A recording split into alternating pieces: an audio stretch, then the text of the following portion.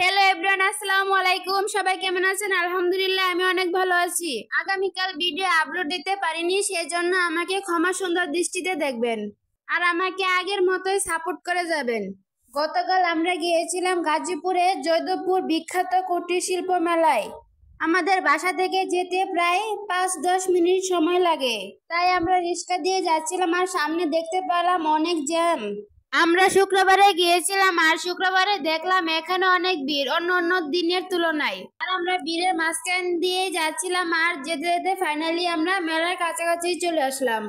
আর আমরা মেলার কাছাকাছি চলে গিয়েছি আর এখানে দেখতে পেলাম অনেক ভিড়, তাই আমরা হেঁটে হেঁটে যাচ্ছিলাম। আর সামনে যেয়ে দেখি তারা টিকিট সেল করছে আর টিকিট ছাড়া ভিতরে প্রবেশ করা নিষেধ, তাই আমরা 3 জনে 3টা টিকিট কেটে নিয়েছিলাম।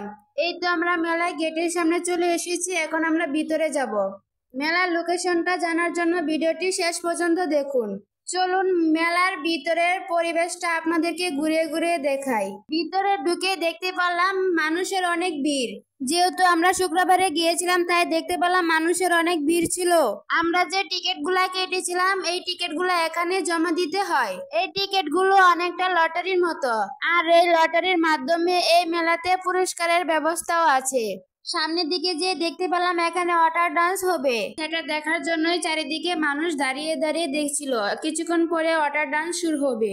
এই তো ওয়াটার ডান্স শুরু হয়েছে আর আমরা অনেক এনজয় করছিলাম। আর এখানে দেখতে পেলাম অনেক সুন্দর লাইটিং করাও ছিল। ওয়াটার ডান্সটা আমার কাছে অনেক সুন্দর লাগছিল। দেন হচ্ছে আমরা একটু সামনের দিকে যাই, সামনের দিকে যেয়ে দেখতে পেলাম এখানে ট্রেনের মতো, আর এখানে ছোট বড় উভয়ই এখানে উঠতে পারে। এখানে অনেকক্ষণ ঘোরার পরে দেন হচ্ছে আমরা একটু খালি মাঠে যেয়ে 3জন মিলে পিক তুললাম। এখানে কিন্তু আবার একটা ভূতের বাড়ি আছে, আর ভূতের বাড়ি প্রবেশ করতে হলে 50 টাকা করে টিকিট কাটতে হয়। বাইরের দিকে দেখে আমার অনেক ভয় লাগছিল, তাই আমি আর ভিতরে যাই নাই। দেখতেই পাচ্ছেন কতটা ভয়ঙ্কর ভূতের ছবিগুলা দেওয়া। আর আমরা যে প্রথম টিকিট গুলো কাটছিলাম সেখান থেকে বাছাই করে যে কোনো একজনকে এই বাইক পুরস্কার দেওয়া হবে। এই জিনিসটা আমার কাছে অনেক আকর্ষণীয় লাগছিল। আর এখানে একটা খেলা ছিল, খেলাটার নাম হচ্ছে পাঞ্জা লড়াই। আর এই খেলাতে জিতলে এখানে আকর্ষণীয় আকর্ষণীয় পুরস্কারের ব্যবস্থা রয়েছে। এখানে বাচ্চাদের খেলার জন্য অনেক সুন্দর সুইমিং পুলও রয়েছে। এখন আমরা সামনের দিকে যেয়ে দেখতে পেলাম মাটির জিনিসপত্র, আর এখান থেকে আমরা কিছু মাটির ডিনার সেট কিনে নেই। এখানে আরো অনেক রং বেরঙের মাটির জিনিসও দেখতে পেলাম। মাটির জিনিস আমার কাছে অনেক ভালো লাগে।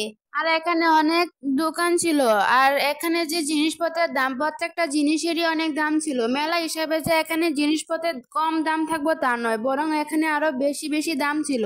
আর এখানে শিশুদের খেলার জন্য ওয়াটার স্লাইড ছিল। শিশুদের খেলার আকর্ষণীয় জিনিসগুলো এই মেলাটাকে আরো অনেক সুন্দর মনোমুগ্ধ করে তুলছে। এখানে বাচ্চারা খেলার জন্য জাম্পিং রাইডসও রয়েছে। এখানে অনেকক্ষণ ঘোরার পরে দেন হচ্ছে আমরা একটু সামনের দিকে গিয়ে দেখতে পেলাম ডিসকাউন্টে অনেক কিছু বিক্রি করা হচ্ছে। এখানে ছিল শ্যাম্পু, সাবান, হ্যান্ড ওয়াশ, যাবতীয় আরো অনেক কিছু। এখান থেকে আমরা অল্প দামে অনেক কিছু কিনে নেই। এখানে আমার আরেকটা জিনিস অনেক ভালো লেগেছে, 15 জুলাই থেকে 5 আগস্ট পর্যন্ত যারা শহীদ হয়েছে তাদেরকে এখানে স্মরণীয় করা হয়েছে। এই তো দেখতে দেখতে অনেক রাত হয়ে গিয়েছিল, আর রাতের দৃশ্যটা ছিল আরো অনেক সুন্দর। এখানের অ্যাড্রেসটা হলো জয়দেবপুর বাস স্ট্যান্ড থেকে শিমুলতলি রোডে যেতে হয়। ডুয়েটের সামনে থেকে যে কোনো রিক্সাওয়ালাকে বললেই মেলায় নিয়ে যাবে। এখানে ঘুরতে ঘুরতে অনেক রাত হয়ে যায়, দেন হচ্ছে এখন আমরা বাসার দিকে রওনা দিব। এই তো আমরা এখন মেলা থেকে বের হয়ে যাব। আজকের মতো ভিডিওটি এখানে শেষ করব। দেখা হবে পরবর্তী নতুন কোনো ভিডিওতে। সেই পর্যন্ত ভালো থাকবেন, সুস্থ থাকবেন, নিজের খেয়াল রাখবেন, আমাদের জন্য দোয়া করবেন। আল্লাহ হাফেজ।